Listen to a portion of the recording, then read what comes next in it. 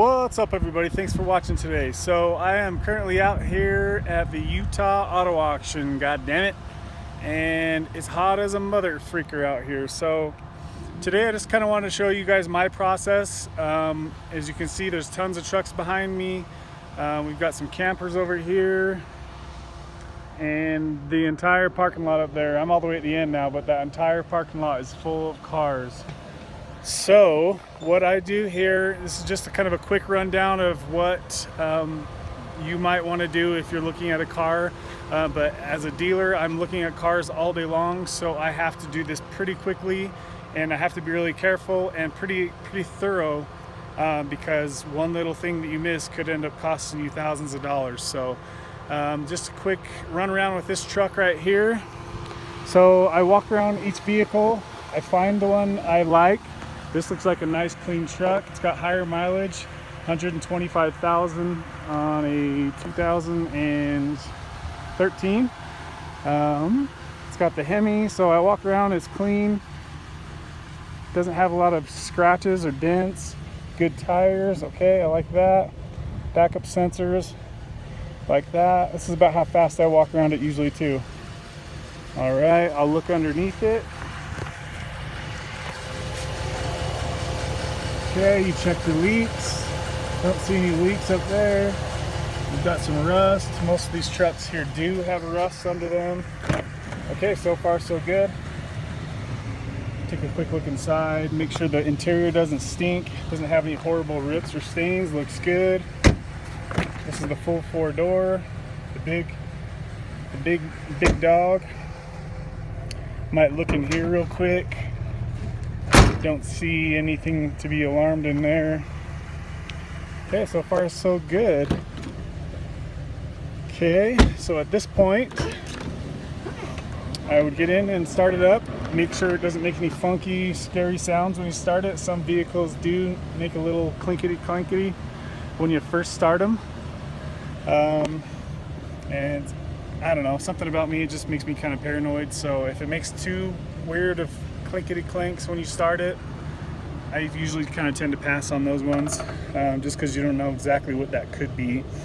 But it's a judgment call. You have to make it on each one. So, all right. So we're looking back at the truck here. So just kind of start everything. We don't see any check engine lights or any ABS or brake lights. We notice what options that it has. Okay. Alright, looks good, looks good. Power seats, that's nice. Steering wheel controls, make sure you notice all these little things. We've got a little bit of extra dirtiness right here, but the detailer can get that out usually. Alright, from here, I'll hop in the car. Since it's hot as heck, I'm going to get the AC rocking. Just kind of checking it out, just seeing how I feel in here. Testing everything out.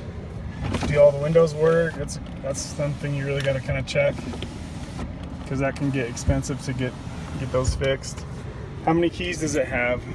Even though sometimes they'll get stolen. Oh look, it has remote start. Just noticed that.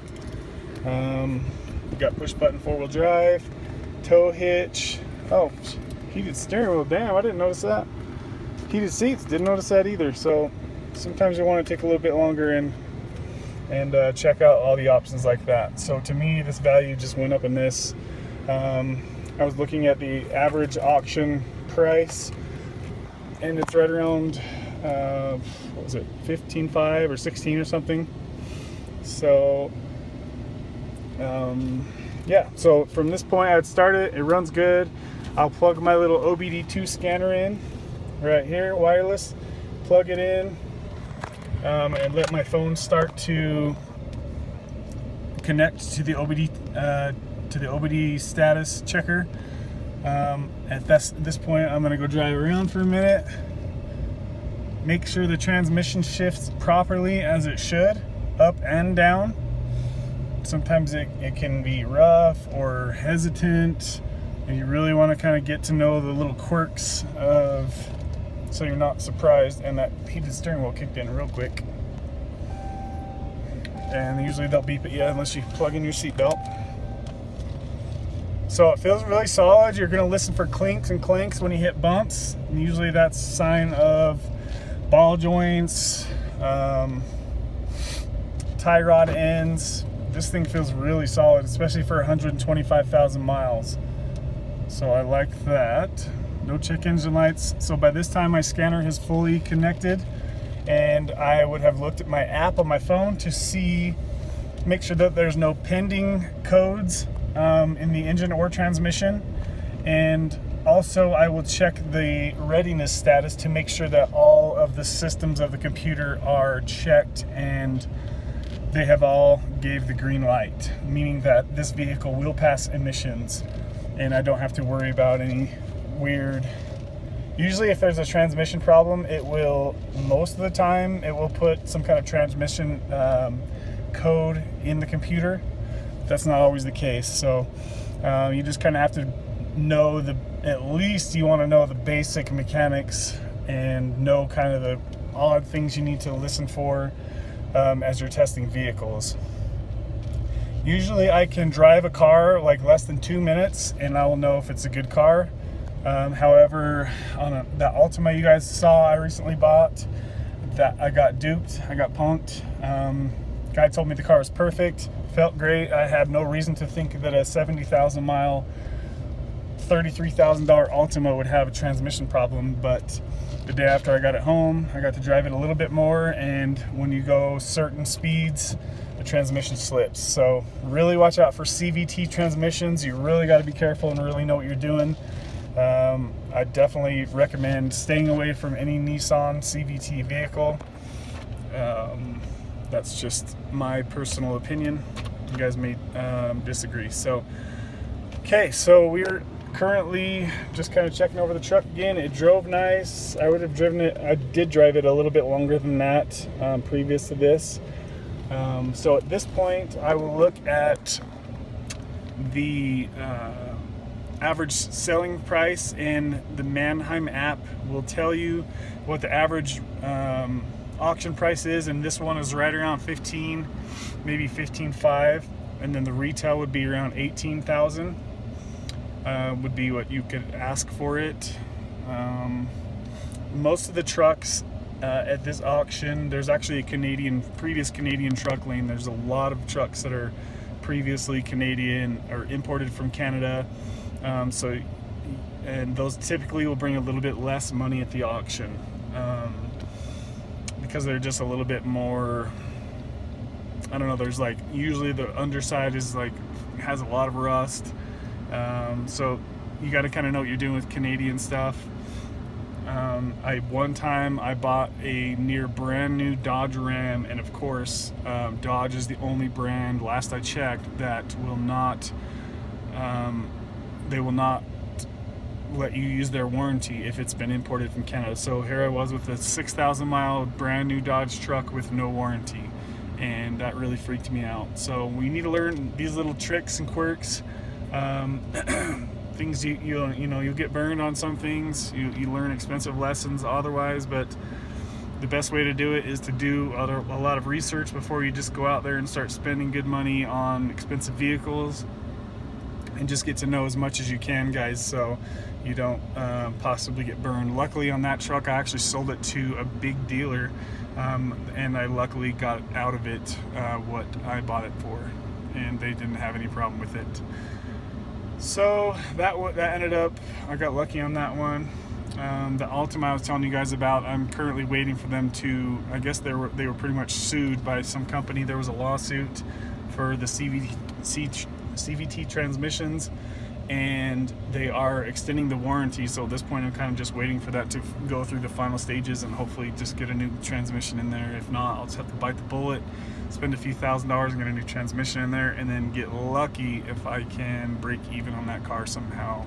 I might lose $1,000 or whatnot. So that was actually probably one of the worst things that's happened to me in my years, but I'm usually pretty thorough. So as long as you're mechanically inclined, you're good to go. You know what to look for.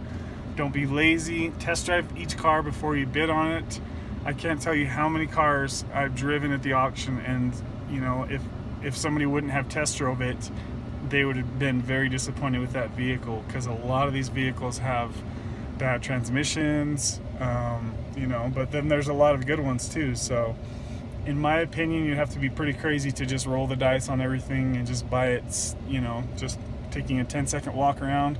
However, I see dealers do it every day. Most of them, that's how they do it. Sorry guys, you might have some fan noise in this video because I just realized the fan's kind of pointing right at this. So I'm recording this video backwards. My apologies if it's a crappy video. I just kind of wanted to give you guys a quick idea. So I'll write down on my little card that they give you. This is my list so far. I've got 5 cars that I'd like to try to bid on tomorrow. I'd be happy to get one at this point with my, you guys know my past luck at the auction. So if I can leave here today with about 8 to 10 cars on my bid list, and then if I can get 2 of them, I'd be extremely happy, because I'm getting kind of sick of the private party hassles, and just recently had somebody kind of get pissed off that I relisted their car. That's one of the first time that's ever happened. So I just said, look man, it is what it is. I gave you what CarMax was going to give you. What's the problem? You know, if you could have sold it for more, you would have.